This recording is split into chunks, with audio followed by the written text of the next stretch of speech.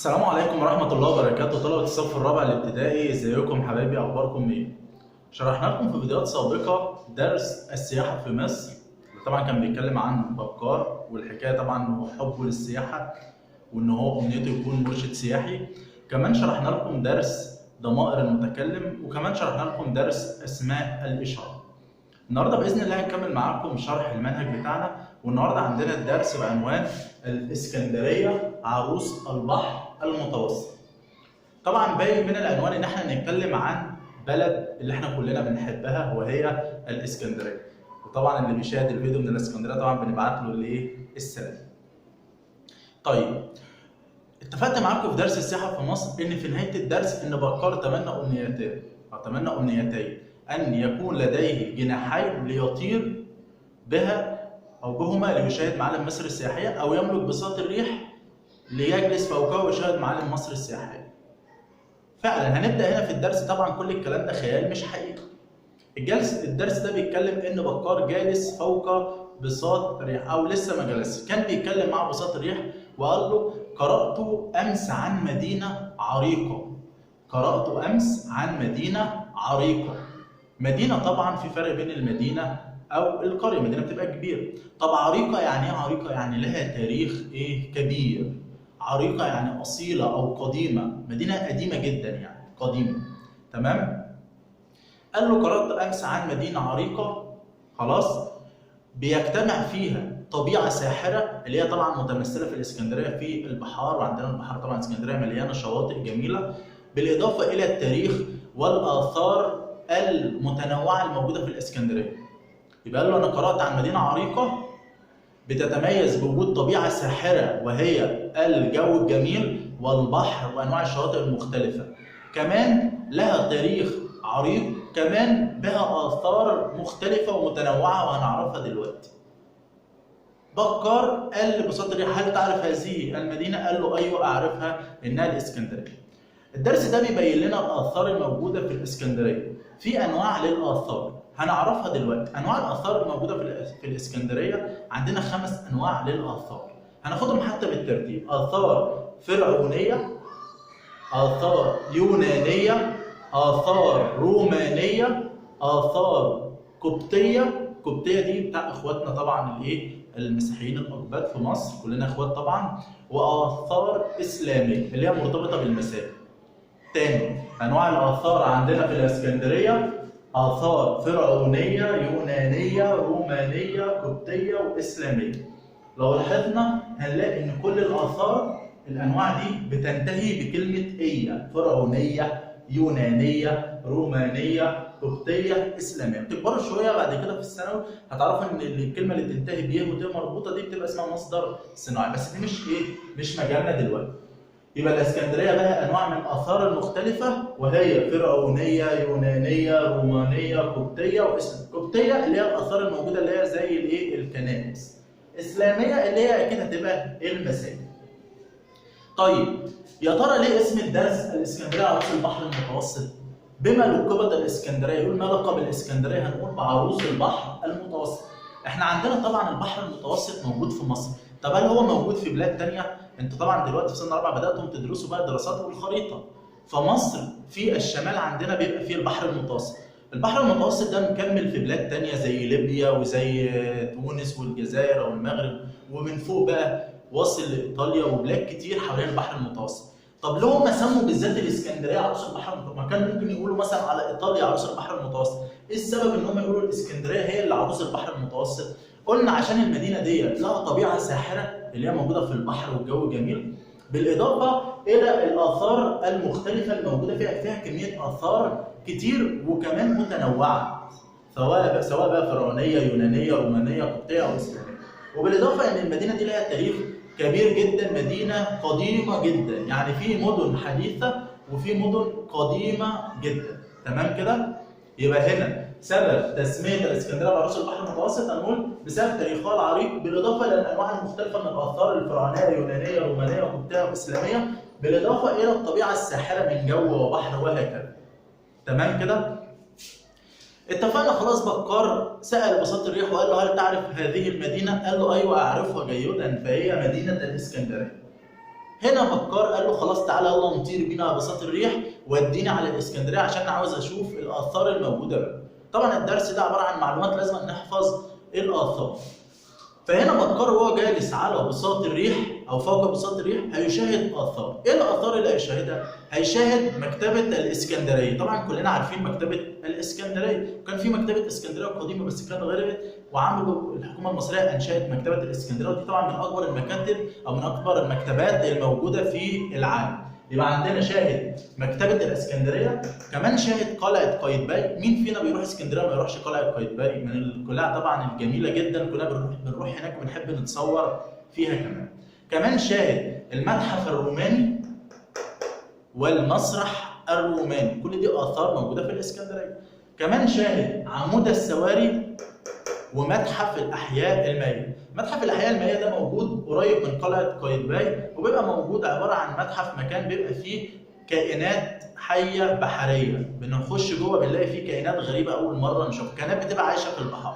يبقى تاني الاثار التي شاهدها بكار وهو جالس فوق بساط الريح، عندنا قلعه قايتباي، مكتبه الاسكندريه، المتحف الروماني، المسرح الروماني، عمود السواري، ومتحف الاحياء المائيه. سهله، بصوا، متحف روماني، مسرح روماني، قلعه قايتباي، مكتبه الاسكندريه، عمود السواري، متحف الاحياء المائيه. طب هل في حاجه ثانيه شاهدها بكار في الاسكندريه؟ ده شاهد كمان في الاسكندريه قصور مختلفه.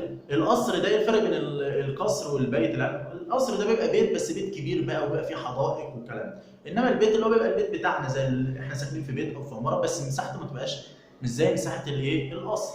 فشاهد قصور في الاسكندريه زي قصر المنتزه. قصر طبعا احنا عارفين كلنا المنتزه وكلنا بنحب نروح هناك. قصر المنتزه ده بيطل على البحر المتوسط. في اوقات بعض زمايلنا يغلطوا، يجي لنا في الامتحان صح او غلط، يطل بحر قصر المنتزه على البحر الاحمر، يقولوا له صح. طبعا الاجابه غلط، ده بيطل على البحر المتوسط، احنا لسه قايلين الاسكندريه على نص البحر المتوسط، يبقى قصر المنتزه ده بيطل على البحر المتوسط. كمان قصر المنتزه ده بني على الطراز الاسلامي، يعني الشكل بتاعه شكل اسلامي. احنا عندنا في انواع من البناء، في بناء على شكل اسلامي زي شكل الجوامع كده. كمان قصر المنتزه ده بيبقى مليان بالايه بقى؟ زي ما احنا بنروح هناك، بالاشجار والحدائق والورود والازهار، منظر طبعا بيكون ايه؟ خلاب جدا. يبقى قصر المنتزه ده بيجي سؤال يقول لك على اي طراز بني قصر المنتزه؟ هنقول على الطراز الاسلامي. طيب قصر المنتزه هيقول لك على اي بحر يطل قصر المنتزه؟ هنقول بيطل على البحر المتوسط. كمان بما يمتلئ هنقول بيمتلئ بقى بالحدائق، الاشجار، الازهار، الورود، وهكذا. طب في اثار ثانيه او قصور ثانيه شاهدها بكار في الاسكندريه؟ ايوه، ده شاهد كمان قصر راس التين. قصر راس التين. قصر راس التين ده بيتميز بانتشار التماثيل حوله، يعني القصر هو موجود حوله ايه؟ تماثيل. يبقى ماذا تنتشر او ما الذي ينتشر حول قصر راس التين؟ هنقول الايه؟ التماثيل. كمان قصر راس التين زي المنتزه لازم أن يكون فيه حدائق واشجار وزهور وورود. عمرنا شفنا قصر ما فيهوش حدائق ولا ازهار ولا ورود؟ طبعا لا. يبقى انواع القصور التي شاهدها بكار في الاسكندريه عندنا قصر المنتزه، وقلنا ان ده بيطل على البحر المتوسط وبني على الطراز الاسلامي. قصر راس التين تنتشر حوله التماثيل. طب الاثنين قصر راس التين او المنتزه هما الاثنين فيهم حدائق واشجار وازهار وورود. هنيجي لاخر جزء في الدرس هنا هنعرفه قبل ما نقرا الايه؟ الدرس كمان بالتفصيل ونطلع المعاني والمضاد والمفرد والجمع والاسئله. كمان الاثار الاسلاميه التي شاهدها بكار في الاسكندريه. مش احنا قلنا في الاسكندريه في اثار اسلاميه؟ الاثار الاسلاميه هنا عندنا مسجد سيدي ابي العباس المرسي، اللي احنا بنقول ايه؟ والمرسي ابو العباس، هو اسمه سيدي ابي العباس المرسي. المسجد ده بيشتهر بايه؟ باربع قباب ومئذنه شاهقه الارتفاع. عارفين القباب؟ مش الجامع مثلا اهو بيبقى ده شكل الجامع اهو، عنده 4 قباب، وليكن نكبرها شويه كده اهو، عنده 4 قباب وعنده كمان مئذنه ايه؟ شاهقه الارتفاع. يبقى مسجد سيدي ابي العباس المرسي بيشتهر بايه؟ ب4 قباب بالاضافه الى المئذنه شاهقه الارتفاع. كمان في مسجد موجود في الاسكندريه اللي هو شاهده بكار، ده في مساجد كتير بس هم في الدرس قالوا المسجدين دول بس. مسجد الامام البوصيري. وطبعا دي من المساجد القديمه، ما هو مش هنجيب اي مسجد ونقول عليه من الاثار، لازم يكون من الاثار القديمه زي ما اتفقنا في انواع السياحه الدينيه. كمان موجود في الاسكندريه اثار قبطيه زي كاتدرائيه الكرازه المرقسيه. تاني اثار قبطيه عندنا كاتدرائيه الكرازه المرقسيه. مش معنى كده ان الاسكندريه ما فيهاش تاني اثار قبطيه، لا في اثار، بس هو ده الحاجه الوحيده اللي ذكروها في الدرس. يبقى عندنا في الاثار القبطيه كاتدرائيه الكرازه المرقسيه. طب مين يا ترى اللي بنى الكاتدرائيه ديت؟ احد تلامذه السيد المسيح. مين هو السيد المسيح؟ اللي هو سيدنا عيسى. يبقى كاتدرائيه الكرازه المرقسيه بان الذي بناها احد تلامذه السيد المسيح، اللي كان سيدنا عيسى هو بيعلمهم، ففي واحد منهم انشا هذه الكاتدرائيه. طب اين توجد كاتدرائيه الكرازه المرقسيه؟ بتوجد في محطه الرمل. طبعا كل الناس اللي عايشه في اسكندريه عارفه المكان. يبقى تاني في اثار اسلاميه زي مسجد سيده بالعباس المرسي بيشتهر باربع قباب وميزانه شريطه الارتفاع يعني عاليه جدا. في مسجد الامام البوصيري. طب في ايه كمان في الاثار القبطيه؟ كاتدرائيه الكرازه المرقسيه. من الذي بناها؟ احد تلامذه السيد المسيح. طب هل هي موجوده فين؟ في اي مكان؟ في محطه الرمل. ده كل حاجه وكل المعلومات اللي موجوده في الدرس. هو الدرس عباره عن معلومات لازما نحفظها. وبكده نكون خلصت معاكم الجزء ده. هرجع لكم تاني ان شاء الله عشان نكمل بقى نقرا الدرس من المتصفح ذات نفسه ونطلع المعاني والمضاد والمفرد والجمع والاسئله، بحيث ان احنا نقرا الدرس عن ذات نفسه يعني. هرجع لكم تاني.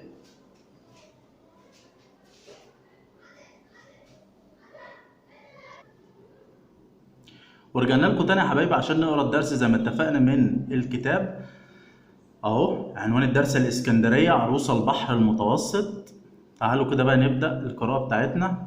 اهو بيبدا: قال بكار: قرات امس عن مدينه عريقه بها معالم اثريه وتاريخيه.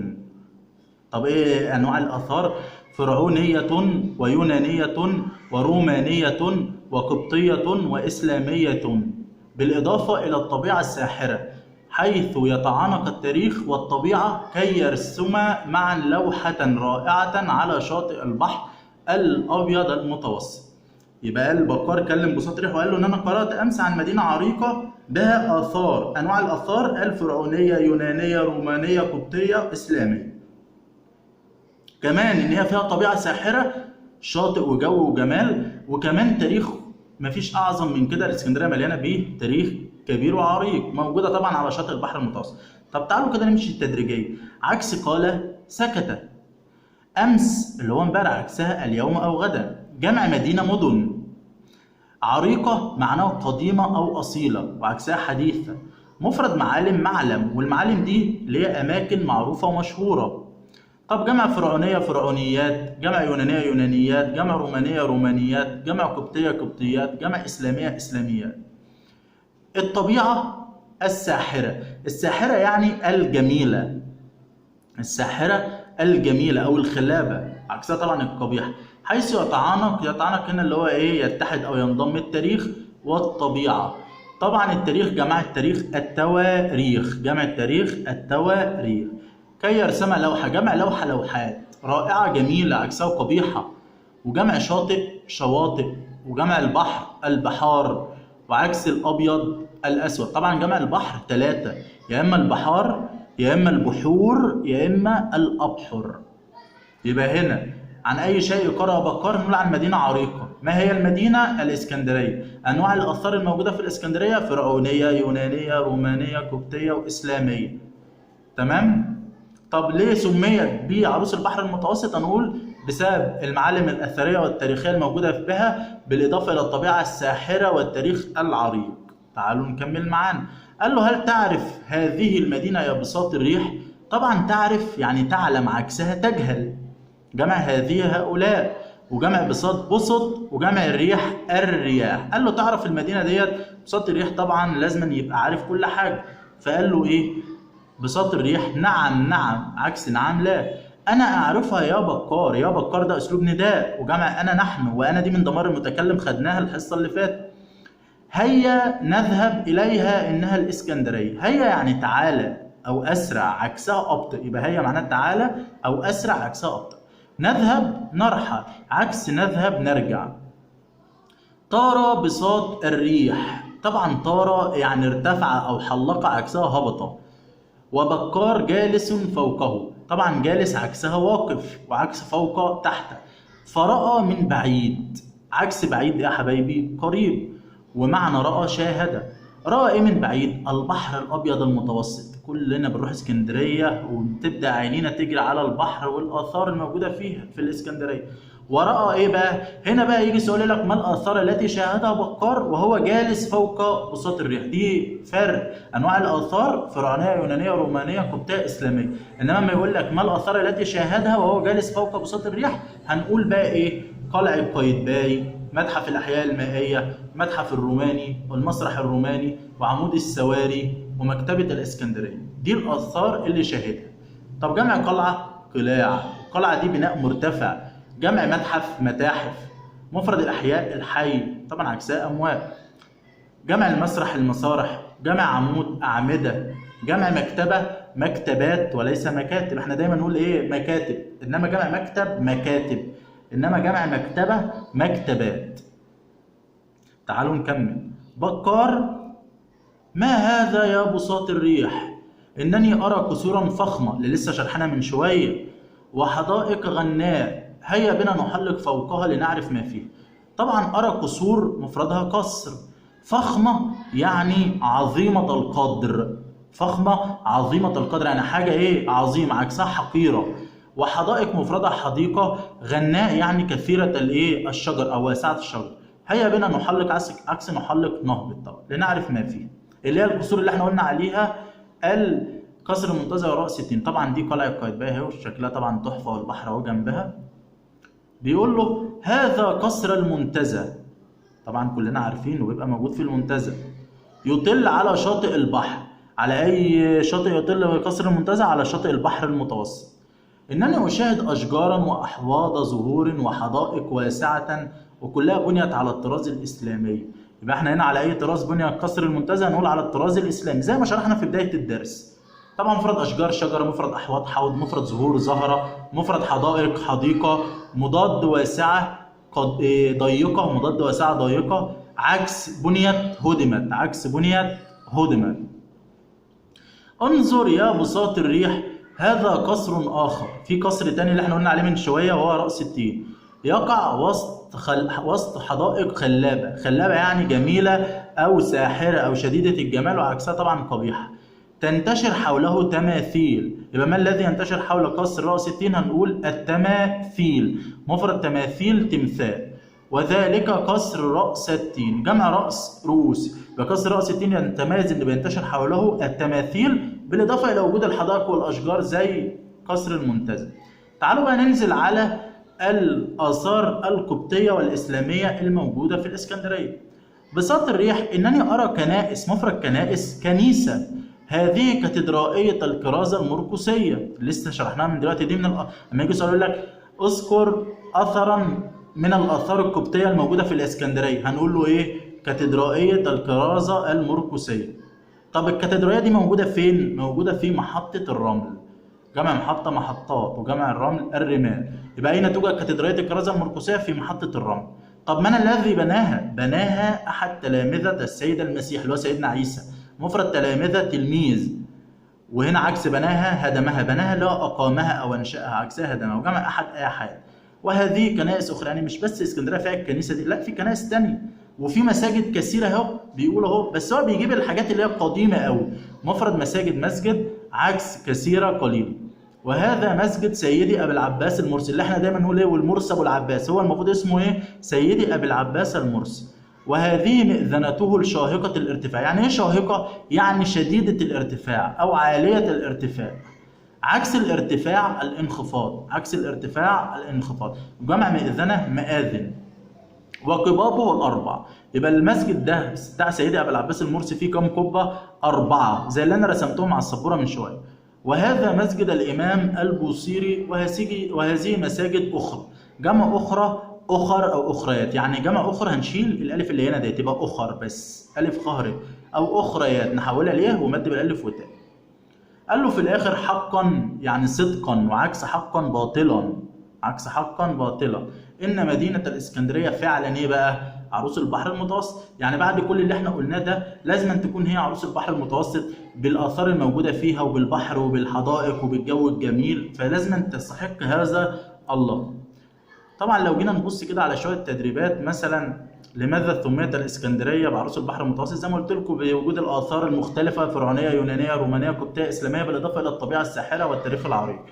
الآثار التي أعجب بها بكار: مكتبة الإسكندرية، عمود السواري، المتحف الروماني، المسرح الروماني، وقلعة قايتباي، والمتحف ومتحف الأحياء المائية. صنف الآثار قبطية إسلامية. قبطية عندنا زي كاتدرائية الكرازة المرقسية.